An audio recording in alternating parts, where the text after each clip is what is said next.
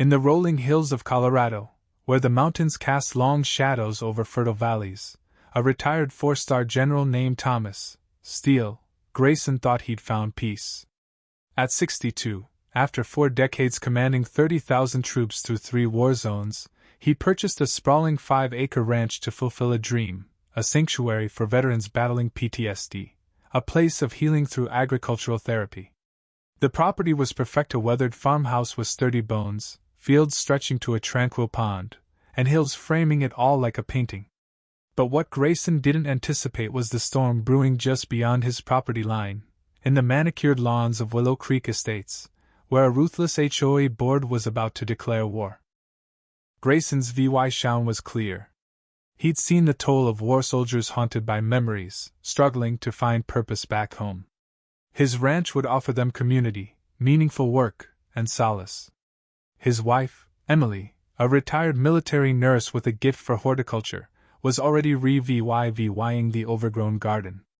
"This is for them," she told their neighbor, Tom Larson, a kind man who'd stopped by with a handshake and a warning. "The Willow Creek HOA," Tom said, eyes narrowing. "They've got a reputation. They'll try to control you, even if your land's outside their reach." Grayson nodded, unfazed. He'd faced warlords and dictators. A neighborhood association didn't scare him. He dove into the project, sketching blueprints for a therapy center with counseling rooms, a communal kitchen, and stables for therapy horses. By spring, he was building the first stable near the eastern fence. His border collie, Scout, a rescue trained to sense anxiety, bounded across the fields, already part of the program. But trouble arrived faster than Grayson expected. On the 3rd day, a sleek Mercedes rolled up, and out stepped Margaret Hensley, the HOA president, a woman in her 60s, dressed like she was auditioning for a country club throne. She left a notice on his door, demanding he halt construction because the stable ruined the area's aesthetic. Grayson read it, folded it neatly, and kept hammering. Tom later shared what happened at the HOA's monthly meeting. Margaret had painted Grayson's ranch as a threat to property values, conveniently ignoring that his land wasn't under their jurisdiction. Days later, Grayson caught an older man snapping photos from the road. Edward Crane, the HOA's VYC president, a retired lawyer with a scowl etched into his face. A certified letter followed, ordering Grayson to stop all work. Emily handed it to him while he fixed the fence post. "Bullies with clipboards," she muttered. Grayson smiled faintly. "I've dealt with worse in Kabul." But the HOA wasn't playing games. Spring rains came hard, soaking the valley. Grayson had meticulously planned his ranch's drainage, consulting engineers and studying maps with the precision of a military campaign. What he didn't know was that Margaret had a bigger plan. One evening, Emily called him to the window. In the dusk, 3 figures were tampering with drainage culverts where Willow Creek bordered their land. Tom identified them: Paul Decker, the HOA's engineer, and 2 cronies. They were redirecting water straight onto Grayson's ranch.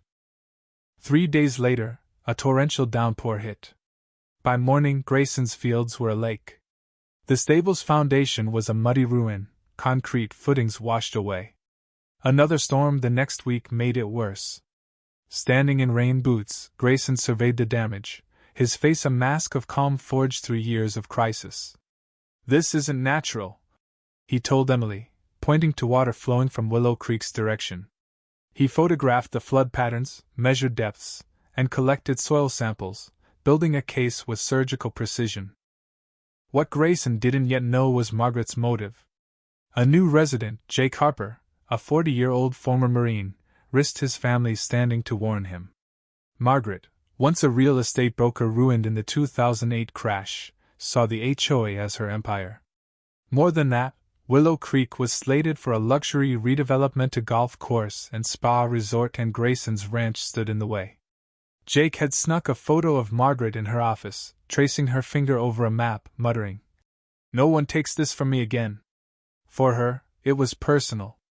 The deal with Evergreen Luxury Developments promised her a finder's fee and a lucrative role as property manager, worth millions. Grayson tried diplomacy first, asking the HOA to check their drainage. Margaret dismissed him, smirking. Maybe you should have hired better engineers for flood-prone land. He hired an independent engineer, whose report confirmed the sabotage. The HOA had deliberately diverted water onto his property. At the next HOA meeting, Grayson presented his EVY densa photos, reports, regulations. The room erupted in mockery. Margaret called him paranoid, and Edward suggested his military years had clouded his judgment. The crowd laughed. Grayson stood still, betraying nothing. As he left, he paused at the door. "You've picked the wrong fight," he said softly. The room fell silent. That night, on their porch, Emily asked, "What's next?" Grayson scratched Scout's ears. "We assembled the team." He wasn't just fighting for his ranch anymore. This was for every veteran who needed that center. At a diner miles away, he met Laura Bennett, a retired JAG colonel turned real estate attorney. "This is for the veterans," he told her. She nodded. "I'm in." The next weekend, his barn became a command center. Maps lined the walls, pinned with photos of HOA facilities. Laura organized legal documents. Sarah Collins, a former intelligence major turned journalist, dug into records. Jake, now an ally, fed them insider info. They planned a 3-phase assault: legal groundwork, media pressure, and if needed, total engagement.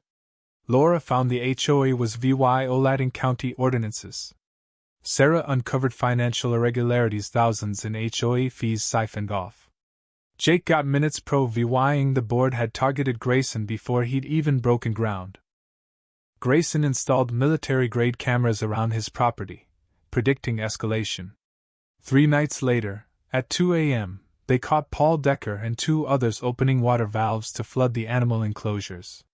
One therapy horse, Bella, slipped in the mud and was injured. The footage was chilling. "Margaret wants it to look accidental," Paul said, laughing. "Maybe he'll give up." Grayson watched the video, his jaw tight. "They've crossed the line," he told Emily. He called Laura. "Phase 2. And get Mark Thompson at the EPA. He owes me." The next week, Sarah's article, "Tyranny in Willow Creek," hit the local paper, exposing the HOA's abuses. Laura filed a 70-page lawsuit against the HOA, naming Margaret, Edward, and Paul, backed by affidavit VYTS, expert testimony, and the damning video. County inspectors, led by Mark, a former officer Grayson had saved in Iraq, confirmed the drainage sabotage. Residents began whispering support, but Margaret fought back, holding a press conference with Edward, painting Grayson as a deranged veteran. They hired a top law firm and threatened to sue for defamation. Then Jake leaked an email from Margaret to the board, outlining a smear campaign. "Tell the media the ranch is a safety risk. Dangerous animals." More emails showed plans to drive down Grayson's property value for a cheap sale to developers. Inspectors found further violations: illegal waste disposal, unpermitted construction. Paul, feeling the heat, considered flipping on Margaret. At an emergency HOA meeting, Margaret demanded $1,000 per household for a legal fund. Jake stood, his voice booming. "Why are we attacking a PTSD center for veterans? This is General Thomas Grayson, not some troublemaker." The room froze. Edward whispered to Margaret. "Did you know who he was?" She snapped. "I don't care. No one defies me."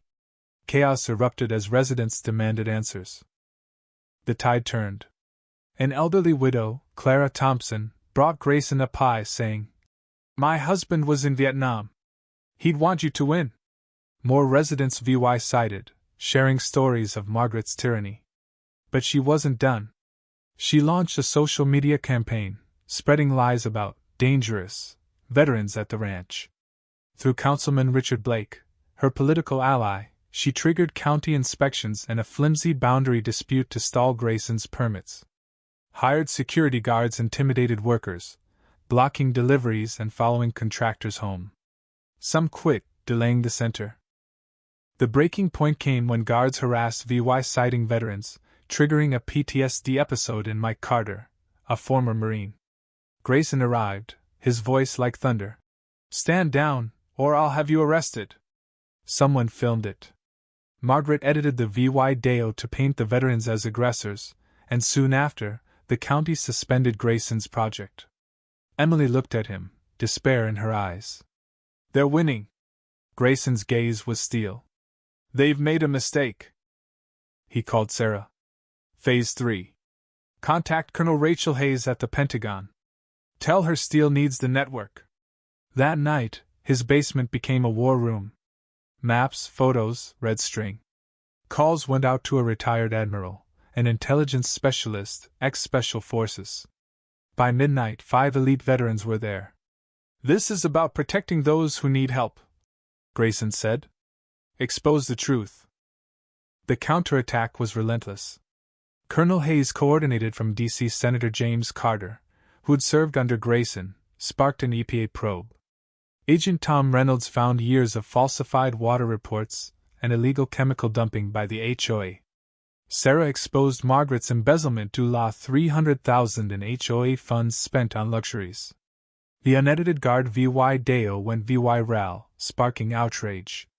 The EPA suspended the HOA board, and the prosecutor eyed charges. At a final community meeting, Margaret played a doctored audio of Grayson threatening her. Gasps filled the room. But Grayson was ready. He played the full recording, revealing her lies. "I don't want to destroy anyone," he'd said. "But I'll protect this project legally." The crowd roared, chanting for a new board. Margaret's empire crumbled. Paul turned states EVY Denke, detailing Margaret's orders to flood the ranch. She and Edward faced charges for embezzlement and sabotage. The HOA was restructured under Jake's leadership, with Clara as VYC president. Grayson's permits were restored, and the Grayson Center opened a year later, a beacon for veterans. Bella recovered, and the fields bloomed. A documentary crew filmed the Thrive VYing Center, rated tops by the VA. Margaret paid back to $300,000 and served community Ser VYC at a veteran center, a poetic twist. Edward fled, his career ruined. Paul fixed the drainage he'd sabotaged. A veteran, Ethan Brooks, found healing and became a children's instructor, his program a national model. At the center's expansion ceremony, Grayson spoke. "This isn't about VY Tory. It's about new beginnings." Emily whispered, "We fought well." He smiled. "We won peace." The Grayson Center became a symbol of justice and healing, pro-VYing that even the mightiest bullies fall when truth and resolve stand firm. As stars lit the Colorado sky, the ranch and Willow Creek, once DVY dead, stood unit, a testament to what one man's fight could achieve.